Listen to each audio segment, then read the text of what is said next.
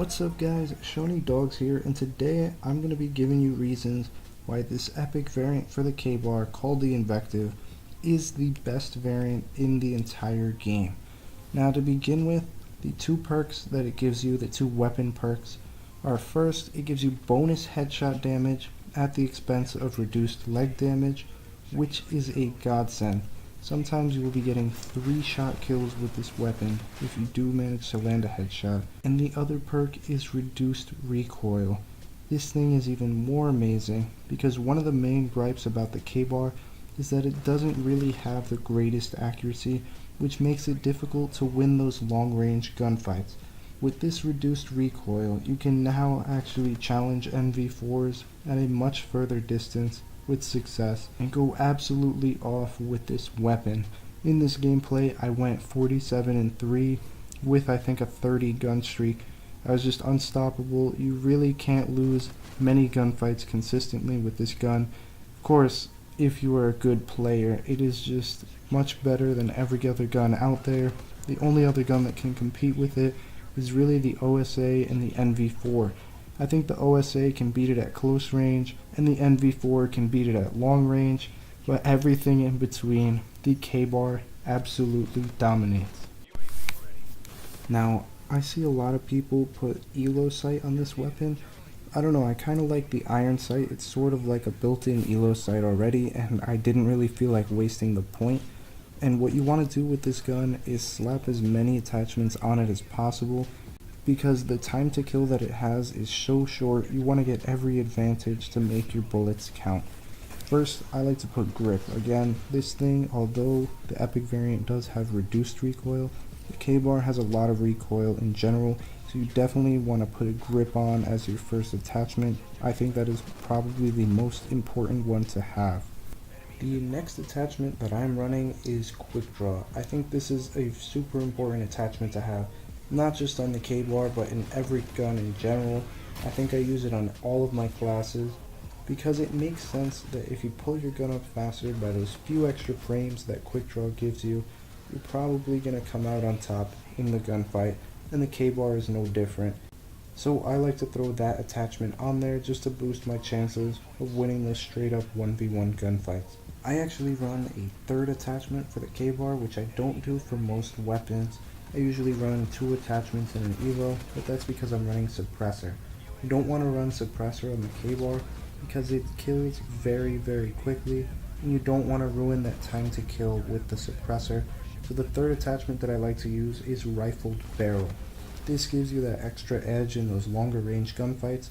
You extend your 4 and 5 shot kill range so that you keep that time to kill down and you come out on top most of the time. This works out very well and is one of the reasons why the KBAR is probably the best gun in Infinite Warfare. That's going to wrap it up for the gun itself. Now moving on to the perks. Perk 1, I usually keep it the same on pretty much every class. First, I like to run Ghost. You definitely want to stay off the radar. That's just common sense. But I run a second perk 1. Like I said in my last video, I do like to run the FTL combat rig, and I use phase shift and perception. I think that is the best rig and trait combo because it keeps you very stealthy and you are aware of your surroundings. Perception helps a lot because you can see enemies that are looking at you when you can't see them yourself. So with this combo, I love getting my phase shift very quickly, around every 2 to 3 kills or 40 to 45 seconds. So my second perk 1 is Overclock. The perk 2 that I run is Scavenger, mainly because I do end up going on a lot of high score streaks, and the KBAR is no exception. This gun is going to make you go on some crazy high kill streaks, and you don't want to end up picking up someone else's gun because it's not going to be as good as this one. So I definitely recommend you use Scavenger when running this gun. And lastly, for the perk 3, I run Dead Silence. Again, this is a perk that I usually run on all my classes just because I take a lot of flank lanes. I like to get behind the enemy. You don't want to be stomping around the corner like an elephant, so you want to take Dead Silence with you. This is mainly a preference thing. It's down to your playstyle. If you're one that's assaulting the middle of a map, you don't really need Dead Silence. That's just not how I play.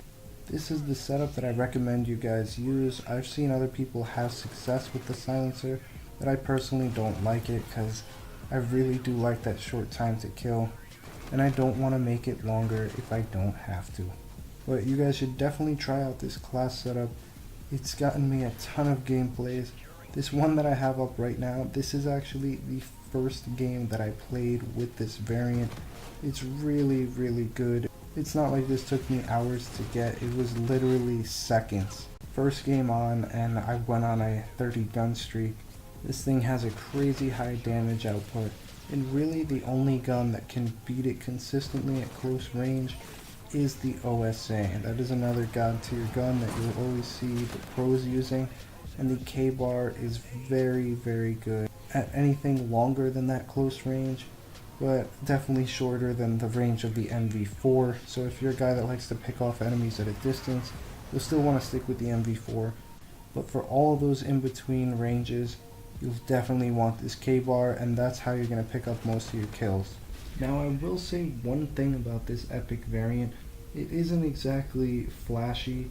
The gun doesn't look that cool. You won't really notice that you're using an epic variant because it's very similar to the base gun itself. Obviously it's a little better, I'd say maybe like 5 to 10% better, and the base gun is already probably the best gun in the game. This just makes it even better. But if you want to make sure you're spending your salvage wisely, I don't know if this is exactly the best gun to get. Now obviously in terms of time to kill, it's definitely one of the best out there, but if you're trying to spend your salvage on something cool and new and exciting, this isn't the place to go. It's just another KBAR but with less recoil. Maybe you're better off going for some other gun that you like that's a lot different from its base variant, but that's just something to think about.